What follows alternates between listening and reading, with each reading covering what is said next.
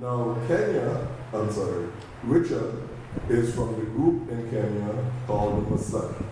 You've seen pictures of them on television, documentaries, or maybe in some books or on the internet. So he's from the culture of the Maasai.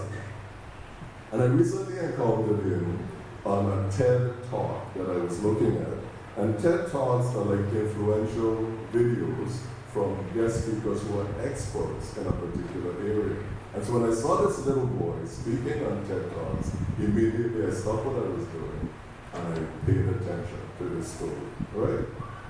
So in Kenya, the little boys between the ages of 6 and 9, inherit the responsibility to take care of their family's cattle.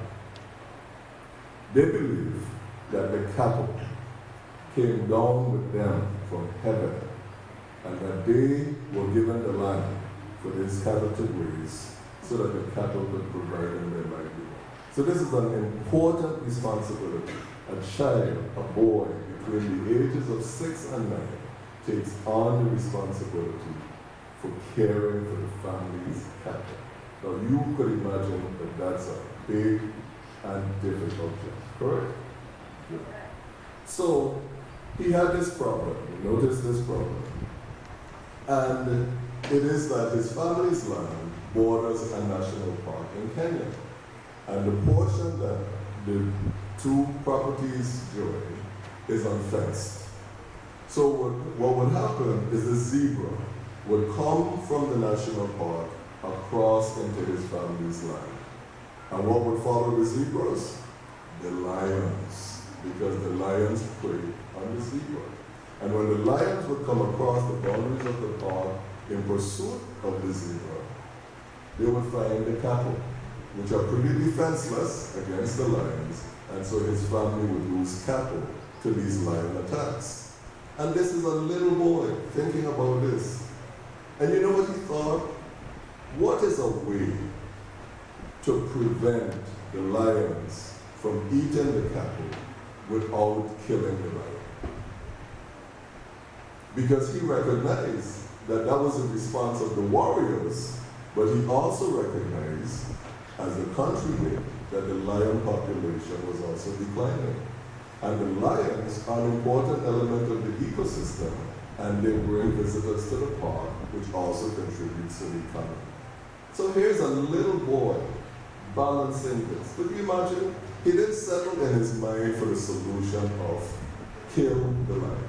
No, he didn't settle for that. He thought about what is a way to solve this problem, saving my cattle and saving the lion.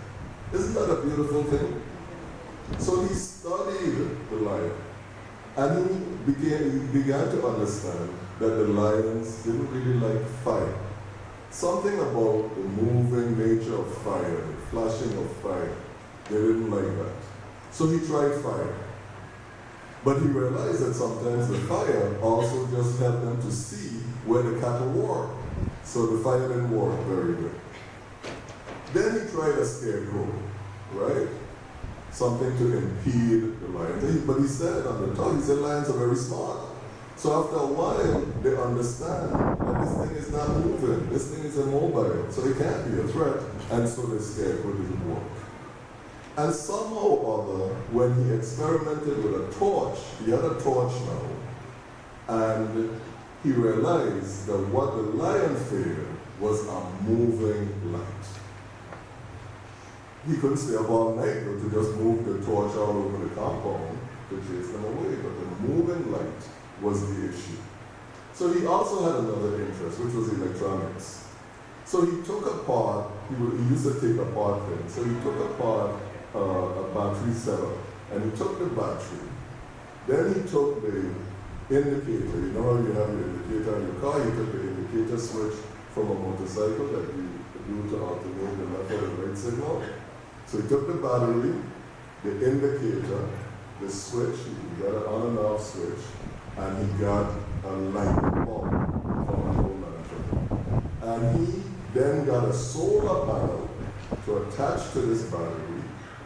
And between the indicator lights and the switch and the battery and the solar power created what is now called a lion light. And on different parts of the premises with the indicator, the solar power storing the energy during the day, in the night these flashing lights come on around the compound. And he can go to sleep, and the lions are not attracted or are driven away from the farm, and the cattle are safe. 2 years, no loss of cattle. His friends and family, neighbors on the compounds then got interested, and he came and created and installed these lights for them.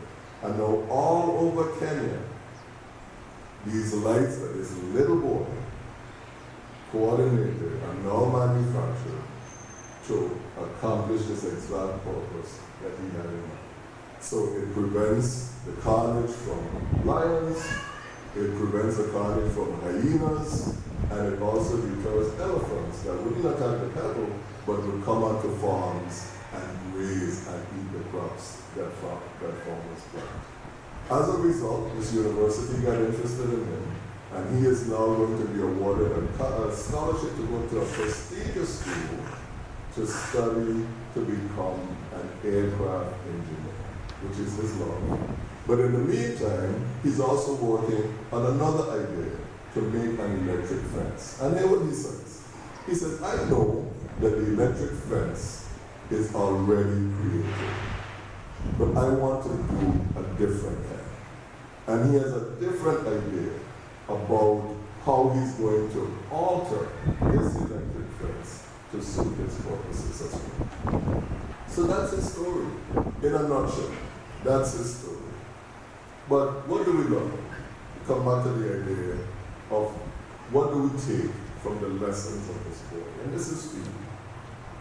Because one, his story is about children believing in their culture, believing in who they are, right?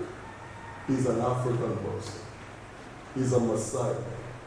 And he believes that the animals came down from heaven. Whether we believe it or not, that's our business. But he believed that the animals came down from heaven and that he has a responsibility to care for them so that they can provide for his family. 1. 6 to 9. Think of a 6-year-old in our culture, right? Think of a 6-year-old going into first grade, right? Ms. Morales knows what I'm talking about. A 6-year-old going to first grade, having the responsibility to care for the most treasured possession of a family, right? So that's 2. His story is also about being in touch with his environment.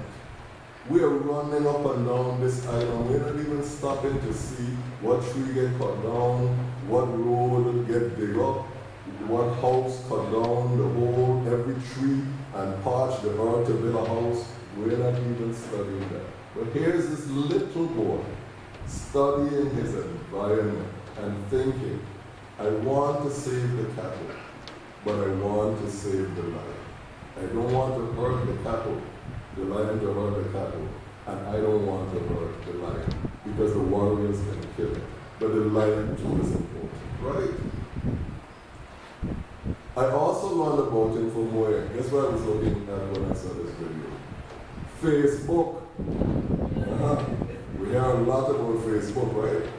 Because some of us are using it to write who girlfriend have another boyfriend, and who bully who, and record the fight them in the school, and play them on the video, right? Some of us think that that's what Facebook is for, posting pictures of ourselves in all kind of compromising situation, and sharing information that 2 years or 1 year or 6 months from now, we're going to be sorry that we have put it.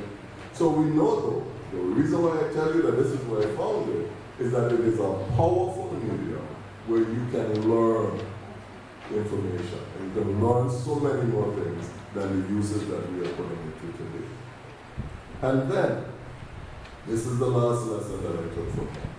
A little boy who has the courage, because it takes courage, to believe in his own brilliance. To believe in his own brilliance. his own ability to solve a problem. He didn't run from it. He didn't let other people try to figure it out. He didn't say let his parents do it. He didn't say let the warriors do it. He thought, I can. I can. I have the power and the brilliance within me to do this. Just like you. Just like you. Each and every one of you has a brilliance to do something that we as yet may not know, and you as yet may not know, but it is there. And all you have to do is to have the courage to believe that it is there. To have the courage to believe in the power of your intellect, the thing that your parents and your teachers and your friends even, and your neighbors and your other members of your family, the things that they have encouraged you to believe in yourself, because you have it.